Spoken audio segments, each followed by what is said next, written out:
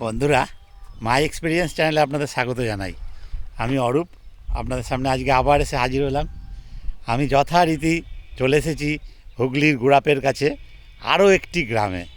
এইসব গ্রামের নাম হয়তো আমরা শুনিনি। এই গ্রামের নাম হচ্ছে গাড়ল মুড়ি।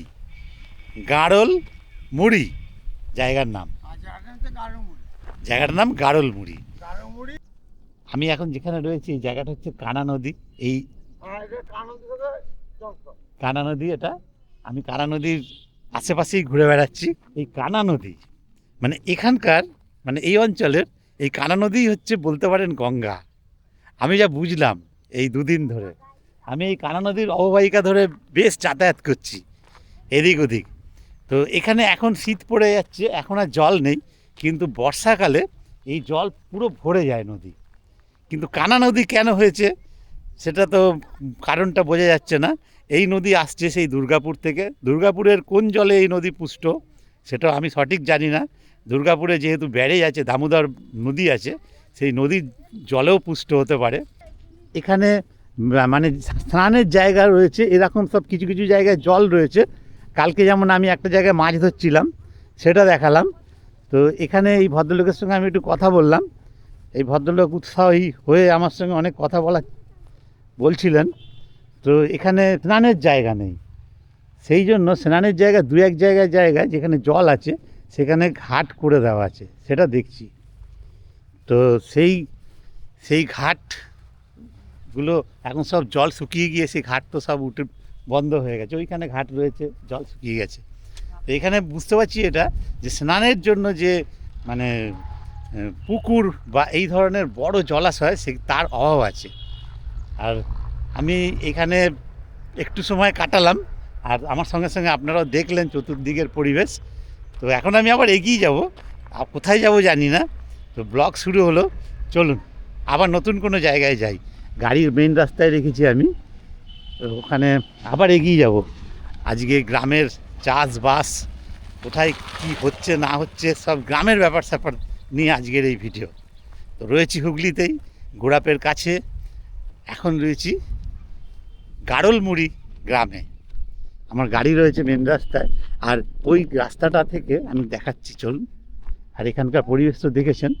আমি তিলের খাজা খাচ্ছি, খুব সুন্দর, সুস্বাদু। রাস্তায় কিনলাম, একজন বয়স্ক ভদ্রলোক বিক্রি করছিলেন, 5 প্যাকেট ছিল, সেটাই নিয়ে নিয়েছি। তিলের খাজা খাচ্ছি আর গ্রামে ঘুরে বেড়াচ্ছি, আমাদের বাংলার গ্রাম। ওই যে আমার গাড়ি আর মেন রাস্তা। আমি গুড়াপ থেকে মানে মগরা গুড়াপ যে রোডটা, সেই রোডটা থেকে ছেড়ে বেরিয়ে এসেছি। এই যে রাস্তাটা যাচ্ছে দেখাচ্ছি, এই রাস্তাটা সোজা মেমারিতে চলে গেছে, মেমারি। আর এই হচ্ছে গাড়ল মুড়ি, কিন্তু লিখেছে ভুল, গাড়ল মুড়ি লিখেছে।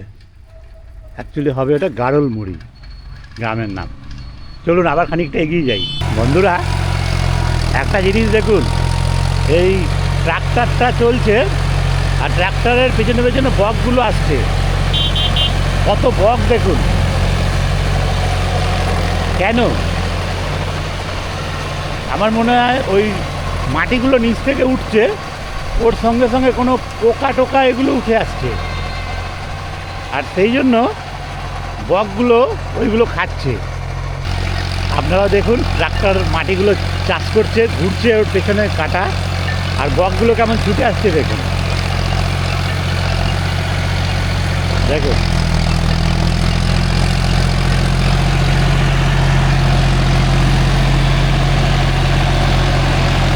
দেখুন, পুরো মাটিগুলো একদম পুরো ভেতরে পুরো পাউডার হয়ে যাচ্ছে। সব গ্রামের চাষবাসের সব জমি, আর আমি এই রাস্তা দিয়েই এসেছি।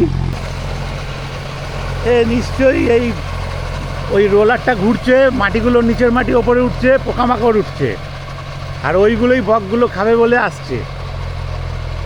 আমি তো এটা বুঝছি, আপনারা যদি অন্য কিছু বোঝেন তাহলে সেটা কমেন্ট বক্সে লিখবেন। দেখুন, বর্ধমানে ঢুকে পড়েছি। এটা হচ্ছে বর্ধমান, যেখানে আমি দাঁড়িয়ে আছি। বর্ধমান, ওই জামালপুর থানা, বর্ধমান। আর আমার গাড়িটা রয়েছে হুগলিতে, আমি রয়েছি বর্ধমানে। এটা হচ্ছে বর্ধমান, এই জায়গাটা। এবারে আমি হুগলির এলাকা থেকে বেরিয়ে এসেছিলাম, আবার ঢুকছি গুড়াপ থানা এলাকায়। আপনাকে স্বাগত। গুড়াপ হচ্ছে হুগলিতে। এই যে স্বাগতম, আপনি হুগলি জেলায় প্রবেশ করছেন। আর এই দেখুন, ধন্যবাদ, আপনি হুগলি জেলা হইতে প্রস্থান করিতেছেন। ওটা ঢাকা পড়ে গেছে। এখন আবার আমি হুগলি জেলায় চলে আসলাম, সামনে বর্ধমান, আমার গাড়ি হুগলিতেই। তো 1 সেকেন্ডের মধ্যে আমি জেলা পরিবর্তন করে ফেলছি। চলুন আবার এগিয়ে যাই। এটা রসিকতা করলাম আর কি, মজা করলাম। মানে সময় রয়েছে, ঘুরে বেড়াচ্ছি, খুব ভালোই লাগছে। আর এই পুকুরটা, বন্ধুরা, এই পুকুরটার কথা তো বলতেই হয়। কি বিশাল, দেখুন, বিশাল পুকুর। আবার এদিকে এগিয়ে যাই, বেশ খানিকটা চলে এসেছিলাম, বর্ধমানে ঢুকে পড়লাম। এখন আবার আমি হুগলির দিকে চলে যাচ্ছি। বন্ধুরা, আমি আমার কাজ সারতে সারতে আমি এখান দিয়েই ঘোরাঘুরি করছি। তো ভাবছি একটু গ্রাম্য পরিবেশে একটু নিজেও ছেলে মানুষ হয়ে যাই। তো আজকে আমার গাড়ি রাস্তায় রাখলাম, রেখে এখানে দেখছি এরা মাছ ধরছে। এই জায়গাটা 10 পড়ছে, হুগলি জেলা। তো এই হচ্ছে রাস্তা, এই রাস্তা দিয়েই আমি আসছিলাম। তো এখানে একটা মাছ ধরতে ধরতে একটা মোটা সাপ দেখা গেছে। তো সেই জন্য ভয়েতে ওরা সাপটাকে আগে খুঁজছে, যাতে সাপটা কামড়ে না দেয়। এখানে এই মোটর দিয়ে পুরো জল সব সেঁচা হলো, জল তুলে দেওয়া হলো। কিন্তু এত তেলের পয়সা উঠবে না গো, উঠবে? তার মানে এরকম থাকে না, মাছ কোথাও কোথাও পাওয়া যায়। একটা শিঙি মাছ পাওয়া গেছে। দাদা, ঝুড়িটা একটু সামনে আনুন। দাদা, ঝুড়িটা একটুখানি ওপরের দিকে তুলুন, কাদার মধ্যে। এই যে শিঙি মাছ পাওয়া গেছে, একটা কই মাছ, একটা শিঙি মাছ। এর থেকে আর জুম হচ্ছে না, যতটা বোঝা যায়। দেখো, তোলো, হয়ে গেছে, তুলে নিয়েছি। তার মানে বুঝে দেখুন বন্ধুরা, এখানে সাপ রয়েছে, একটা মোটা সাপ। সেই সাপটা কী সাপ, জলের মধ্যে জল ধরা মনে হচ্ছে, কিন্তু তার মধ্যে ওনারা মাছ ধরে যাচ্ছেন। তবে সাপটার জন্য একটু ভয়ও রয়েছে। এরকম মাছ পাওয়া যায়, অনেক সময় প্রচুর মাছ পাওয়া যায়। আমিও একদিন করেছিলাম আমাদের পাড়াতে, এরকমই একটা ডোবা মতো ছিল আমাদের খেলার মাঠের পাশ থেকে। তো হঠাৎ কি হুজুগ উঠলো, একটা পাম্প নিয়ে চলে আসলাম ভাড়া করে, নিয়ে এসে সব জল সেচে ফেললাম। সবাই বললো প্রচুর মাছ পাবি। কিন্তু সেচে ফেলার পরে আস্তে আস্তে উৎসাহ সবার কমতে শুরু করলো। তারপরে একটা সময় আমিও চলে গেলাম, আর যার পাম্প তাকে বললাম তুমি পাম্পটা নিয়ে চলে যাও, বলে তার পাম্পের ভাড়া টাড়া দিয়ে চুপচাপ বাড়ি এসে মন মেজাজ খারাপ করে চান খাওয়া দাওয়া করে ঘুমিয়ে পড়লাম।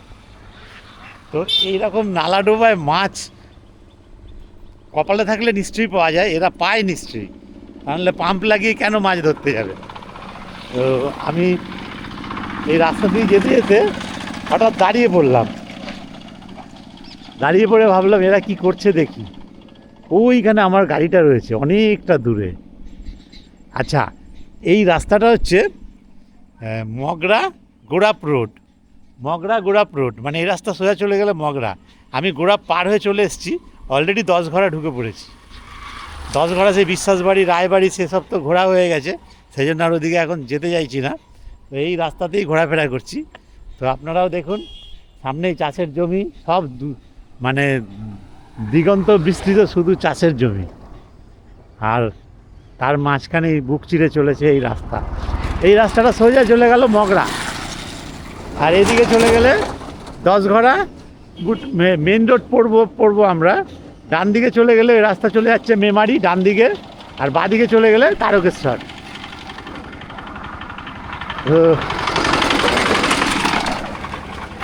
চলুন, একটা গ্রামের ভিডিও চলছে, ব্লগ। কেমন পরিবেশ। এইখানে এক্সোটিক ফলের বাগান বলে এখানে একটা ব্যানার রয়েছে, কিন্তু সেই বাগানটা কোথায় একবার চলুন তো এগিয়ে যাই, দেখি এদিকটা গিয়ে।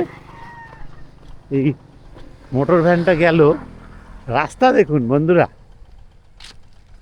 রাস্তাটা দেখুন কিভাবে যাচ্ছে এর মধ্যে থেকেও ওই মোটর ভ্যান। এই ফলের বাগানের ব্যানারটা দেখেই আমি দাঁড়ালাম।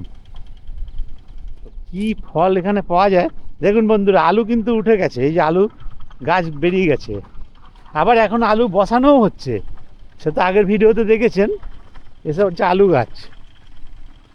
তাহলে আমরা আলু গাছও দেখে নিলাম। এখনো দেরি আছে আলু উঠতে, অ্যাটলিস্ট 2 মাস লাগবে এখনো। আমাদের এখানকার আলু একটু লেটে ওঠে, মানে ওই ওই ফেব্রুয়ারির শেষ বা মার্চ এরকম সময় আলু ওঠে। এখন তো আলু বুনছে এখন। সেই কালকে ভিডিওতে দেখলেন না হিমাঙ্গী আলু, আলুটা খুব খেতে টেস্টি, মানে অনেকটা দামও কম, জ্যোতি আলুর মতো, কিন্তু অনেকটা চন্দ্রমুখীর মতো দেখতেও এবং স্বাদেও। সেই হিমাঙ্গী আলু এখানে এই তারকেশ্বর বলা যায় এগুলো, তারকেশ্বর এইসব হুগলির এই রেঞ্জে সমস্ত মাটি প্রচণ্ড ফার্টাইল, আর আলু খুব ভালো হয়। এই যে আচ্ছা, এগুলো সব কুল গাছ দেখতে পাচ্ছি। চলুন দেখি কত রকম ফুল হয়েছে, দেখতে পাচ্ছেন? পুরো একদম মানে বেশ সুন্দর করে মশারির নেট দিয়ে ঘিরে রাখা আছে। চলুন আর একটু এগিয়ে গিয়ে দেখি ব্যাপারটা কি। পেয়ারা হয়ে আছে, পেয়ারা গাছ দেখুন।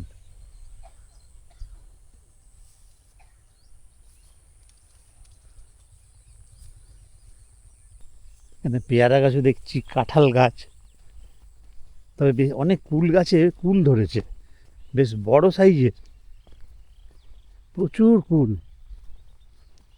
এগুলো মনে হচ্ছে খুব বড় জাতের কুল, এত যত্ন করে রেখেছে, মানে পাখি টাকিতে যেন খেতে না পারে। এখানে সব নানান রকম লেবু গাছ থেকে শুরু করে নানান রকম গাছ রয়েছে। এই দেখুন,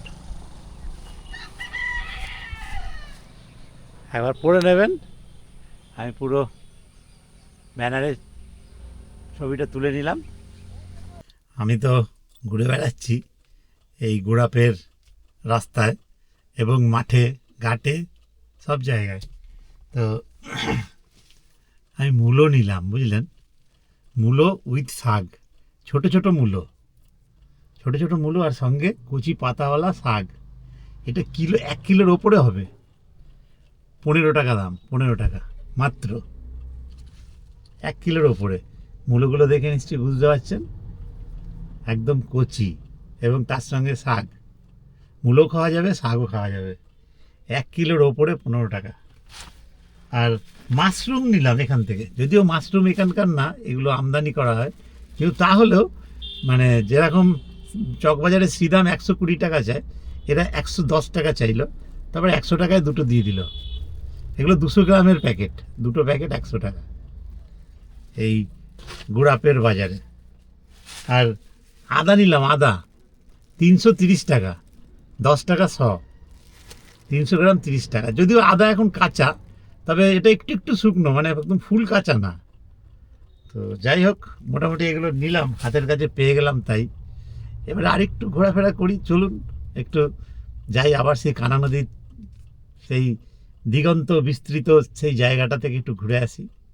চলুন, একটা কি সুন্দর জায়গায় চলে এসেছি দেখুন, এই সেই কানা নদী, সেই কানা নদী। আর এই নদীর সঙ্গে এখানকার লোকের জীবন ওতপ্রোতভাবে জড়িত, যা বুঝতে পারছি। কিন্তু এই নদীটাকে যদি একটু সংস্কার করে রাখা যেত, তাহলে বোধহয় এখানকার মানুষের অনেক উপকার হতো। আর এখানকার মানুষজনের একটা সমস্যা শুনলাম, সেটা হচ্ছে যে গ্রামের মানুষ তো, তারা একটু এই সব পুকুর, নদী, এই সব জায়গায় স্নান করতে পছন্দ করেন।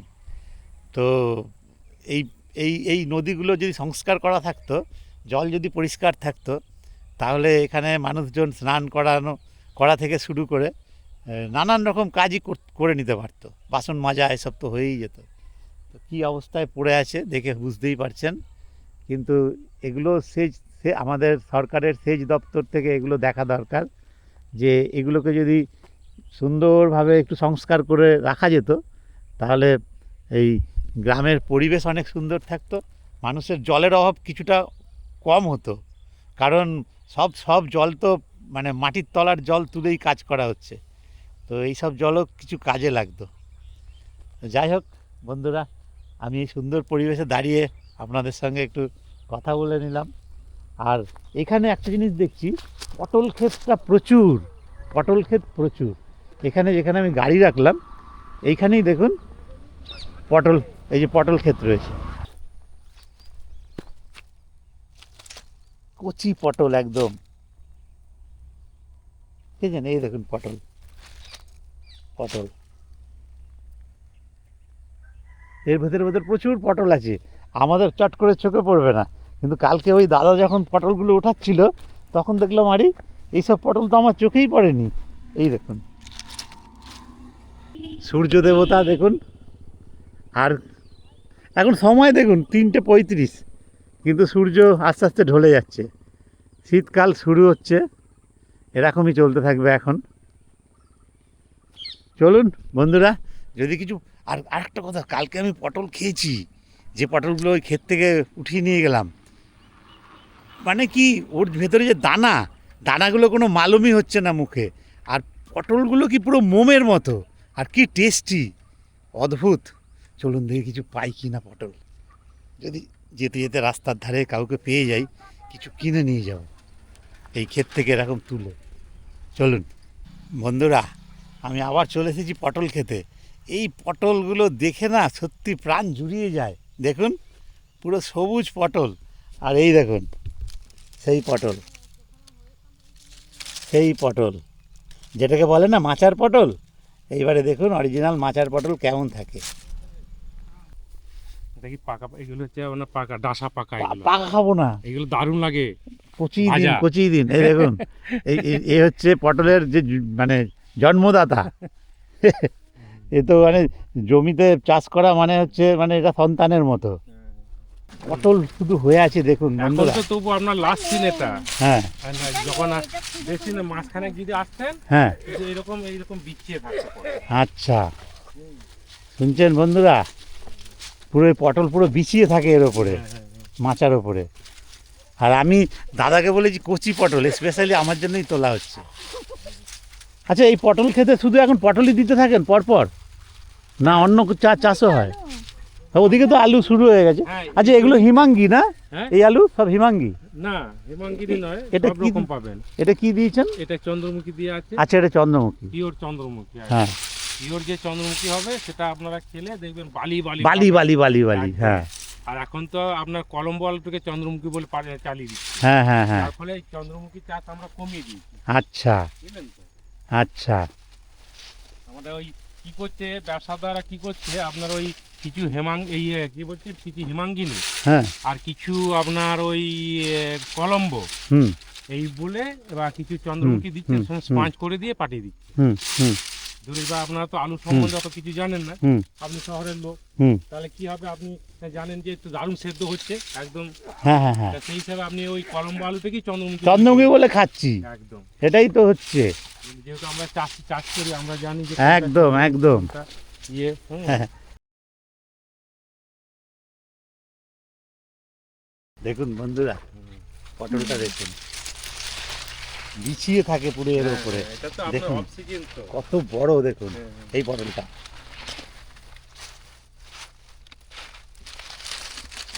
হলেও প্রচুর রয়েছে। হ্যাঁ হ্যাঁ এখনো আছে। হ্যাঁ এটা এবার আপনার এটা গোড়া কেটে দেওয়া হবে, হ্যাঁ বুঝলেন তো? হ্যাঁ এই গোড়া কেটে দিয়ে আবার গোড়া হ্যাঁ। থেকে নতুন হ্যাঁ। করে ডগ ইয়ে ছাড়বে, হ্যাঁ হ্যাঁ হ্যাঁ দিয়ে আবার এরকম মাচা রেডি করা হবে। এই মাচাটা 1 বছর হয়ে গেছে, হ্যাঁ, দিয়ে এটাকে নতুন মাচা আবার ফিটিং করা হবে, নাহলে বর্ষা করে ভেঙে যাবে। আচ্ছা সেই জন্য এটাকে আবার ভেঙে ফেলতে হবে, তাই জমি পরিষ্কার হয়ে যাবে। হ্যাঁ। এই দেখুন বন্ধুরা, এই দেখুন দুখানা দেখুন,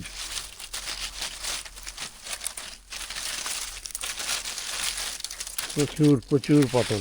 আচ্ছা দাদা, বলছি যে এই আর আর তোলার দরকার নেই, আমার জন্য আর তোলার দরকার নেই, তাহলে আমাকে একটুখানি তাহলে কি বেছে দেবেন কচিগুলো, নাকি ওইগুলো সব কচিই তুলেছেন? হ্যাঁ, কচি কচি আছে।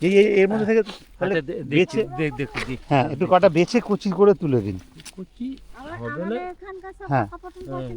ও যেই পটপট করবে যেগুলো বিচিগুলো মুখে দিলে, আচ্ছা কদিন থাকলে তো আরো কত কিছু হয়ে যেত। না না, আর হবে না, এইবার ডগ নেই, এই দেখছেন ডগগুলো মরে গেছে। আচ্ছা ওই জমিটা যেমন ডগ আছে, ওই যেটা আচ্ছা। দেখছিলেন ওটা ডগ আছে যেমন, এই নে এই নে এই নে। এটা যেমন ডগ আছে, এটা ডগ নেই, তার মানে আর লাস্ট সিন হয়ে গেছে, আর দিতে পারবে না। আচ্ছা ডগ না থাকলে আপনার ফুল ফল দেবে কি করে? আচ্ছা ঠিক তো, এরকম ব্যাপার থাকে, সেই জন্য ঠিক আছে ঠিক আছে। ঠান্ডা আচ্ছা দাদা, আপনাকে কত দেবো? না আপনি বলুন, আপনার মন আপনি বলুন। না না একদমই না, আপনি আপনি আপনি ফলিয়েছেন এটা। আচ্ছা আচ্ছা ঠিক আছে বন্ধুরা, দিদি দিচ্ছেন এই 4টে ভেজে। আচ্ছা ভেজে মানে কি তেলে ভাজবে, আর হাফ করে কাটবে নাকি গোটাটাই, খালি পেটটা চিড়ে দেবে? আচ্ছা ঠিক আছে ঠিক আছে। দাদা আপনি একটু নিজের মুখে বলুন, একটু নিজের মুখে বলুন। কি বলবো না, 2 কেজির গায়ে হয়ে যায়। হ্যাঁ বলুন বলুন, তাই বলুন। আমরা এমনি এগুলো আপনার 250 টাকা পাল্লা বেচি, হ্যাঁ, হ্যাঁ, 50 হ্যাঁ। টাকা কেজি। হ্যাঁ হ্যাঁ হ্যাঁ হ্যাঁ। ওই 100 টাকায় ওকে ওকে ওকে ঠিক আছে, আমি খুব খুশি হলাম। আর কচি পটল ক্ষেত থেকে তুলে নিলাম বন্ধুরা, এর থেকে বেশি আর কি হতে পারে বলুন? ঠিক আছে, আমি তো খাবো বাড়িতে গিয়ে, আপনাদের দেখেই তৃপ্তি। আর বন্ধুরা, আমি এখন চলে এসেছি হুগলি জেলার গুড়াপে। আর আমি গুড়াপে 4 দিন ধরে আসছি। আমার মেয়ের আসলে পরীক্ষা এখানে চলছে, বিএড পরীক্ষা এখানে একটা কলেজে। তো সেই জন্যই এসে এই গ্রামের ভিডিও বানাচ্ছিলাম। তো আজকে ভাবলাম শেষ পরীক্ষা, যাওয়ার সময় নন্দদুলাল জিউ মন্দির দেখে যাব। তো মন্দির এখন বন্ধ থাকে, আর একদম গুড়াপ স্টেশন থেকে একদম কাছে, মানে কলকাতা মানে হাওড়া বর্ধমান যে কট লাইনে 1 ঘন্টা 20 মিনিট মতো লাগে। হাওড়া থেকে বর্ধমান যায় যে ট্রেনগুলো কট লাইনে, ওই ট্রেনে গুড়াপ স্টেশনে নেমে পায়ে হাঁটা পথ বলা যায়, তাও 1 কিলোমিটারের আশেপাশে হবে স্টেশন থেকে। তো আমি বন্ধ রয়েছে মন্দির, না হলে আর ভেতরে ঢুকতে পারতাম। এখন টাইমটা দেখে নিন, সকাল 8টা থেকে 12টা, বিকেল 5টা থেকে রাত 8টা 30 মিনিট মন্দির খোলার সময়। আর এখন তালা দেওয়া রয়েছে। যাই হোক, আমি যতটা সম্ভব একটু বাইরে থেকেই দেখানোর চেষ্টা করি, আপনারা যতটুকু দেখতে পারেন একটু দেখে নিন, পরে কোনো দিন আসলে আবার ভালোভাবে দেখাবো। নন্দদুলাল জিউ মন্দির 1749 খ্রিস্টাব্দ এটা তৈরি হয়েছে। আর বাইরে একটা দেউল রয়েছে দেখতেই পাচ্ছেন, আর এটা একটা গার্লস স্কুল, তার গায়েতেই রয়েছে। বন্ধুরা, এই রাস্তাতেই কেশবচন্দ্র নাগের বাড়ি। তো সেই বাড়িটা একটু আপনাদের দেখিয়ে নিয়ে যাই, আমিও দেখে যাই। মানে কেশবচন্দ্র নাগ কে? কেশবচন্দ্র নাগ হলেন বিখ্যাত গণিতজ্ঞ, মানে পাটিগণিতের স্রষ্টা যাকে বলা হয়। চলুন ওখানে গিয়ে ওনার বাড়িটা দেখি। বাড়িতে হয়তো ঢুকতে পারবো না, তাহলে এসেছি যখন একটা মানে স্মৃতি বিজড়িত জায়গা এটা গুড়াপ। এরকম একজন মানে স্বনামধন্য মানুষ, যেখানে তার জন্ম এবং পড়াশোনা বেড়ে ওঠা, এবং সেখানেই তার সব কিছু। এই হলো সেই নন্দদুলার জিউয়ের মন্দির। আমরা ভেতরে ঢুকতে পারলে ভালো লাগতো। চলুন একটু কেশবচন্দ্র নাগ তার বাড়িটা দেখে যাই। আমি আরেকটু এগিয়ে আসলাম নন্দদুলাল জিউর মন্দির দেখে। এখানে বহু প্রাচীন 2টো শিব মন্দির দেখতে পাচ্ছি, জোড়া শিব মন্দির। এটাও বোঝাই যাচ্ছে বহু প্রাচীন। এটা একটা, এইখানে একটা। আর এই হলো ভোলে বাবা, বিশাল শিবলিঙ্গ দেখুন। ওম নমঃ শিবায়।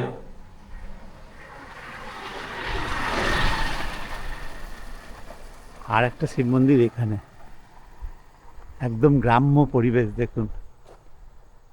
পঞ্চরত্ন বিশিষ্ট শিব মন্দির, বহু পুরনো দিনের, দেখেই বোঝা যাচ্ছে। তবে রং করে খুব সুন্দরভাবে যত্ন করে রাখা রয়েছে। এটিও আরেকটি শিব মন্দির। আর সামনেই রয়েছে রামকৃষ্ণ মিশন আশ্রম, এবং ওই গলিতেই প্রখ্যাত পাটিগণিতের স্রষ্টা যাকে আমরা বলে জানি, সেই কেসি নাগের বাড়ি। তো আমি একটু ওই বাড়িটা আপনাদের দেখিয়ে নিয়ে আসি। এইখানে একটা স্মৃতির উদ্দেশ্যে ফলক তৈরি করে রাখা রয়েছে, এই যে স্মৃতি ফলক।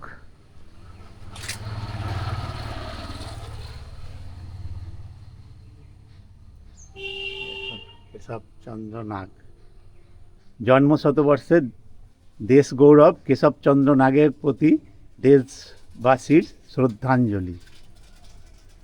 চাইলে পড়ে নিতে পারেন। আর ওনার বাড়িটিও আমি দেখাচ্ছি। দেখুন বন্ধুরা, এটি হলো কেশবচন্দ্র নাগের বাসভবন। ভেতরে ঢোকা যাবে না। আর রামকৃষ্ণ আশ্রম হচ্ছে এই গলিতে সোজা। আমি একটু অন্তত কেশবচন্দ্র নাগের বাড়ির সামনের স্মৃতি যে ফলক সেটি আপনাদের দেখিয়ে দিই। বাড়ির নেম প্লেট যাকে বলে, কেশব ধাম। এই পুণ্য স্থানে দেশ বরেণ্য গণিতজ্ঞ ও শিক্ষাবিদ, স্বাধীনতা সংগ্রামী শ্রী শ্রী মা শারদামণির কৃপাধন্য ভক্তপ্রবর শ্রীরামকৃষ্ণ সেবাশ্রমের প্রতিষ্ঠাতা গুড়াপের নবরূপকার মহাত্মা কেশবচন্দ্র নাগ 1300 বঙ্গাব্দে রথযাত্রার শুভ দিনে জন্মগ্রহণ করেন। জন্ম 10ই জুলাই 1893, মৃত্যু 6ই ফেব্রুয়ারি 1987। এই সেই বাড়ি। তো আরেকটু সামনে এগিয়ে গেলেই রামকৃষ্ণ আশ্রম। আরেকবার বাড়িটি দেখিয়ে দিলাম আপনাদের। এই বাড়িতে হয়তো ওনার পরের প্রজন্মের লোকজন থাকে, তো ভেতরে ঢোকা মানা। রামকৃষ্ণ মিশন মেডিকেল সেন্টার, এই হলো রামকৃষ্ণ মিশন আশ্রম গুড়াপ।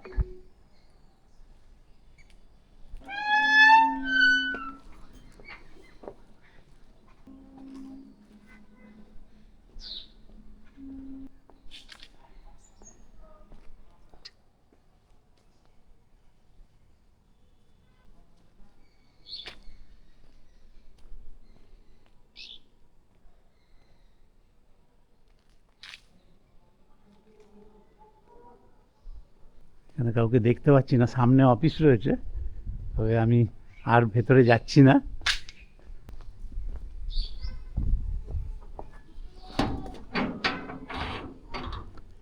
একদম কেশবচন্দ্র নাগের বাড়ির পাশেই রামকৃষ্ণ মিশন। এই হলো কেশবচন্দ্র নাগের বাড়ি। এও কিছু কম না। গুড়াপে এসে আমি গ্রামের পরিবেশে সমস্ত কিছু দেখলাম, গ্রাম্য পরিবেশ আপনাদের দেখালাম। আর এই স্বনামধন্য গণিতজ্ঞ কেশবচন্দ্র নাগের বাড়িও আপনাদের দেখিয়ে দিলাম। পাশেই রামকৃষ্ণ আশ্রম। আর নন্দদুলাল জিউর মন্দির তো দেখালাম, মন্দির যদিও বন্ধ ছিল। তো চলুন, আমার কন্যা গাড়িতে বসে আছে, আসলে পরীক্ষা দিয়ে বেরিয়েছে তো ও একদম এক্সজস্টেড, ওর ভালো লাগছে না একটু। ও বলছে বাবা তাড়াতাড়ি চলো, বাড়ি যত তাড়াতাড়ি সম্ভব একটু বাড়ির দিকে যাব। এখন মন মানছে না। তা ও দেখে গেছে, দেখে চট করে চলে গেছে, এখন গাড়িতে বসে আছে। চলুন একটু আমার কন্যার সঙ্গে কথা বলে আমরা ভিডিওটা শেষ করব, তারপরে এগিয়ে যাবো বাড়ির পথে। এখান থেকে আমার বাড়ি 46 কিলোমিটার, 46 কিলোমিটার। যাই হোক বন্ধুরা, এ হচ্ছে আমার কন্যা। ও একটু, হ্যাঁ, পরীক্ষা কেমন হয়েছে বন্ধুদের বলে দাও। তো যাই হোক বন্ধুরা, এই মানে গুড়াপে আমার ব্যক্তিগত যে কাজে আমি আসি, সেই কাজটা এতদিন বলিনি, উজ্জ্ব রেখেছিলাম, তো শেষ দিন বলে দিলাম। আমার কন্যার পরীক্ষা চলছিল গোড়াপের একটা কলেজে। 4 দিন ধরে আমাকে এখানে আসতে হয়েছে এবং ও পরীক্ষা দিতে ঢুকে যেত, 2টো করে পরীক্ষা হতো। আমি 4-5 ঘন্টা ঘুরে বেড়াতাম বাউন্ডুলের মতো, সেই ভিডিও বানিয়েছি, আপনারা সেই সব দেখতে পাচ্ছেন। আবার হয়তো 2-1টা আসবে ভিডিও, সেটা দেখতে পাবেন। তাহলে তাহলে এখন ব্যাক টু নর্মাল লাইফ। পরীক্ষা শেষ হয়ে গেছে, আজকে পার্টি, আর খুব রিল্যাক্সিং লাগছে। Party mode on. একদম। ও, আমার কন্যার পরীক্ষার সময় না ওর কোনো কিছু মাথায় থাকে না, তখন শুধু পড়াশোনা, শুধু মানে কিভাবে প্রিপারেশন নেবে সেই সব। আর পরীক্ষা হয়ে গেলে পুরো পার্টি মোড অন হয়ে যায়। তো এখন পার্টি মোড অন। একদম। ঠিক আছে বন্ধুরা, আপনারা সবাই ভালো থাকবেন। এই ভিডিও এখানে শেষ করছি, আমরা এখন সাবধানে বাড়ি ফিরে যাই। টাটা। আবার দেখা হবে পরের ভিডিওতে। ভিডিও ভালো লাগলে অবশ্যই লাইক করবেন, বন্ধুবান্ধব আত্মীয়স্বজনদের শেয়ার করবেন, সাবস্ক্রাইব করবেন। আর আরও এই ধরনের ভিডিও পাওয়ার জন্য চ্যানেলটি অবশ্যই লাইক করে বেল বাটনটা বাজিয়ে রাখবেন। ভালো থাকবেন বন্ধুরা, ধন্যবাদ। ফিরছি খুব শীঘ্রই পরের ভিডিওতে।